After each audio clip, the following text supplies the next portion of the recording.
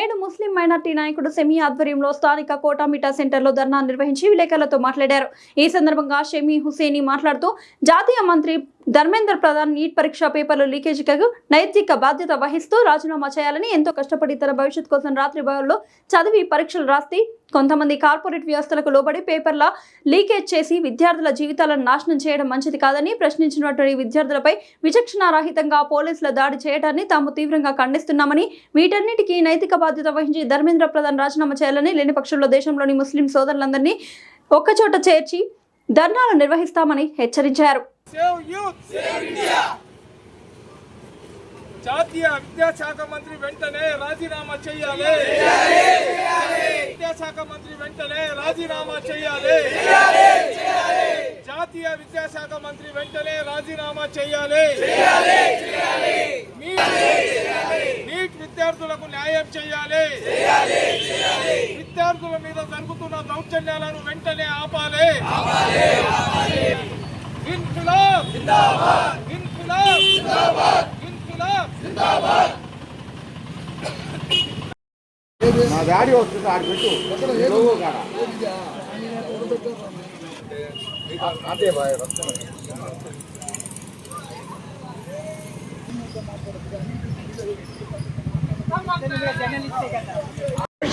नहीं चलेगी, नहीं चलेगी,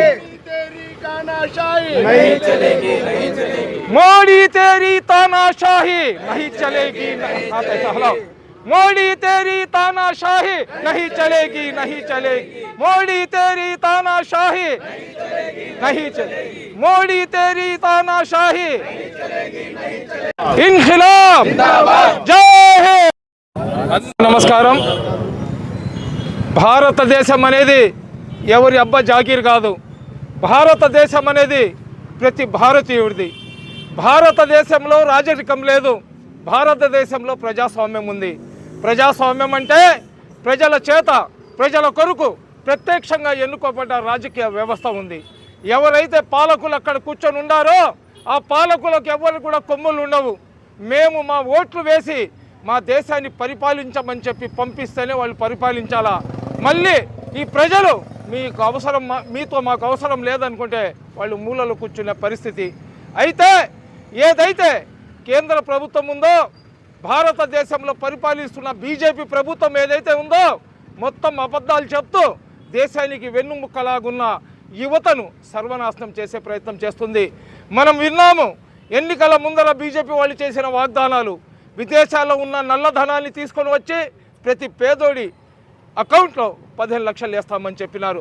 అదేవిధంగా భారతదేశ వ్యాప్తంగా ఉన్న 60 కోట్ల మంది నిరుద్యోగులు ఎవరైతే ఉన్నారో వాళ్లకు ఒక జాబ్ క్యాలెండర్ రిలీజ్ చేసి ప్రతి సంవత్సరం 2 లక్షల మందికి ఉద్యోగాలు ఇస్తామన్నారు. కానీ వాళ్ళకు ఉద్యోగాలు ఇచ్చే పరిస్థితి లేదు.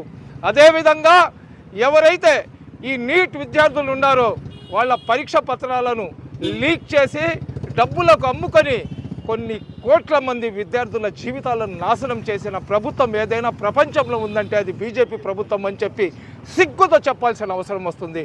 సోదరులారా, తల్లిదండ్రులు ఎవరైతే ఉన్నారో, ఎవరైతే మిడిల్ క్లాస్ ఫ్యామిలీస్ ఉన్నారో, ఎవరైతే బిలో పావర్టీ లైన్లో ఉన్నారో, ఎవరైతే రిక్షా పుల్లర్స్ ఉన్నారో, ఎవరైతే ఆటో డ్రైవర్లు ఉన్నారో, ఎవరైతే కూలి పని చేసుకొని కూలోళ్ళు ఉన్నారో, ఎవరైతే రైతులు ఉన్నారో, ఎవరైతే డ్రైవర్లు ఉన్నారో, ఎవరైతే శ్రమజీవులు ఉన్నారో, ఎవరైతే కర్మాగారాల్లో పనిచేసే వ్యక్తులు ఉన్నారో, ఎవరైతే స్వర్ణకారులు ఉన్నారో వాళ్ళని అడగండి. వాళ్ళ బిడ్డలకు చదివించాలంటే ఎంత కష్టపడ్డాలో.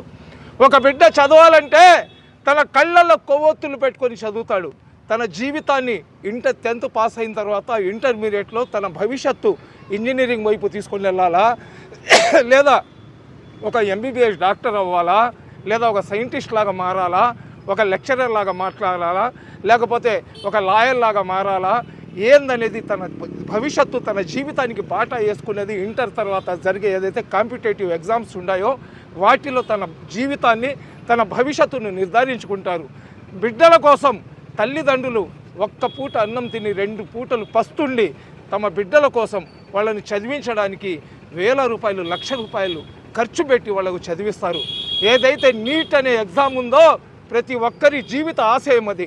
నీట్ ఎగ్జామ్ రాసిన తర్వాత నా బిడ్డ డాక్టర్ అవుతాడు, లేదా ఇంజనీర్ అవుతాడు, నా బిడ్డ కలెక్టర్ అవుతాడు, లేదా నా బిడ్డ ఐఎఫ్ఎస్ అవుతాడు, లేదా నా బిడ్డ గొప్ప అడ్వకేట్ అవుతాడు, లేదా పెద్ద జడ్జి అవుతాడు అనేది తల్లిదండ్రుల కళ.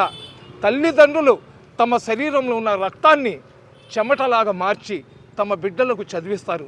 కానీ ఈ బీజేపీ ప్రభుత్వం వచ్చినప్పటి నుంచి ప్రతి సంవత్సరం ఏ కాంపిటేటివ్ ఎగ్జామ్ జరిగినా కానీ దాంట్లో ఆ ప్రశ్న పత్రాలు ఏదైతే ఉండో దాన్ని లీక్ చేసి కొంతమంది ధనికులకు అమ్ముకొని ఎవరైతే కష్టపడి చదివిన పేదలు ఉండారో వాళ్ళందరి జీవితాలను నాశనం చేస్తున్నారు. చదువు అనేది ముస్లింలం, మేము మసీదులో నుంచి వచ్చినాం, హిందూ సోదరులు దేవస్థానంలో నుంచి వస్తారు, క్రైస్తవులు చర్చిలో నుంచి వస్తారు. మా అందరి బిడ్డలు కలిసి ఒక పాఠశాలకు ఒక కళాశాలకు వెళ్తారు. ఎందుకంటే కళాశాలలో కానీ పాఠశాలలో కానీ కులం మతం ఉండదు. కానీ ఉంటే నిజంగా ఎవరైతే విద్యాశాఖ మంత్రి ఉన్నాడో అతను నైతిక బాధ్యత వహించి అతను తన పదవికి విద్యాశాఖ మంత్రి పదవికి రాజీనామా చేయాలా. గతంలో లక్ష్మణ్ అని చెప్పి ఒక అతను బీజేపీ పార్టీకి జాతీయ అధ్యక్షుడిలాగా ఉండాడు. ₹1,00,000 అతను ఎవరో దగ్గర అవినీతి చేసి డబ్బులు తీసుకున్నాడంటే నైతిక బాధ్యత వహించి ఒక దళితుడైనా కానీ అతను జాతీయ బీజేపీ పార్టీ అధ్యక్ష పదవికి రాజీనామా చేశాడు. అతనికైనా చూసి సిగ్గు తెచ్చుకోమని చెప్పి నేను చెప్తున్నా. ఎందుకంటే ఎవరైతే ప్రధాని ఉన్నాడో అతను ప్రధాని కాదు, అతను సర్వనాశనం చేసే ఇంధనం అతను. అటువంటి వెధవలకు బుద్ధి రావాలంటే ఖచ్చితంగా ప్రతి ఒక్కరు కూడా ఎవరైతే వాళ్ళు ఢిల్లీలో ఎవరైతే మా గురించి పోరాటం చేస్తున్నారో వాళ్ళు వాళ్ళ సొంత ఆస్తుల కోసమో వాళ్ళ కోసం కాదు, భారతదేశ వ్యాప్తంగా జరిగిన నీట్ పరీక్షల్లో ప్రతి ఒక్కరు అన్యాయం అయిపోయారు కాబట్టి అందరి తరఫున వాళ్ళు పోరాటం చేస్తున్నారు. మేము కూడా కడుపుకి అన్నం తింటున్నాం.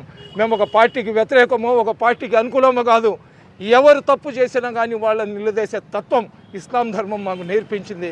ఖచ్చితంగా భారతదేశంలో ఉన్న ప్రతి పౌరుడు, భారతదేశంలో ఉన్న ప్రతి మనిషి, మానవత్వం ఉన్న ప్రతి వ్యక్తి ఎవరైతే ఈ నీట్ పరీక్షల కోసం భారతదేశ వ్యాప్తంగా ఉన్న బిడ్డల భవిష్యత్తు కోసం పోరాటం చేస్తున్నారో ఆ పోరాటంలో మేమందరం కూడా అండగా ఉంటామని తెలియజేసుకుంటున్నా.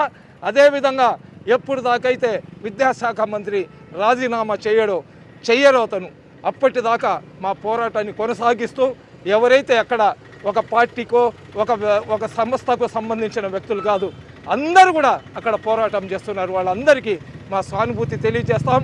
అవసరం పడితే మా ముస్లిం సమాజం మొత్తం రోడ్డు మీదకి వచ్చి నిరసనలు, ఆమరణ నిరాదీక్షలు చేయడానికి కూడా మేము సిద్ధంగా ఉన్నామని చెప్పి తెలియజేసుకుంటున్నాం. అస్సలాము అలైకుం.